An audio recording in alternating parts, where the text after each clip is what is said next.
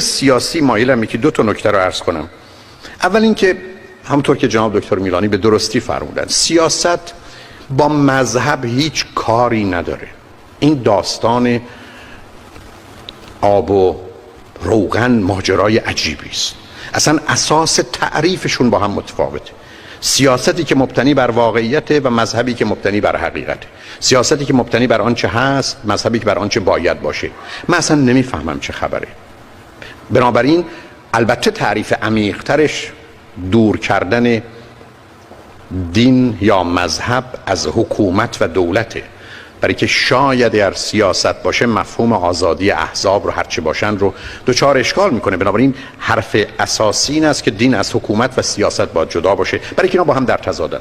دوم، سیاست با مسئله اخلاق در دنیای امروز مشکل داره، مگر اینکه سیاست تبدیل بشه به اداره کردنی که مورد نظر بوده و به مدیریت منیجمنت که بشه کمکش کرد، و الا مفهوم سیاست سراغ بدترین اصل جهان میره که قدرته. و به درستی اشاره فرمودن که همه به همه از قدرت سوء استفاده میکنن و قدرت ویرانگر نابود کننده است. اما اجازه بدید این نکته را از نظر روانی علمی خدمتتون یا روانی جامعه شناسی خدمتتون عرض کنم که فقط به میزانی که شما خود رو ضعیفتر میدانستید و میدانید، به میزانی که شما مورد ظلم و تجاوز قرار گرفتید یا ممکنه قرار بگیرید، به میزانی که شما محروم و ممنوع بودید، شما قدرت بیشتری میخواهید.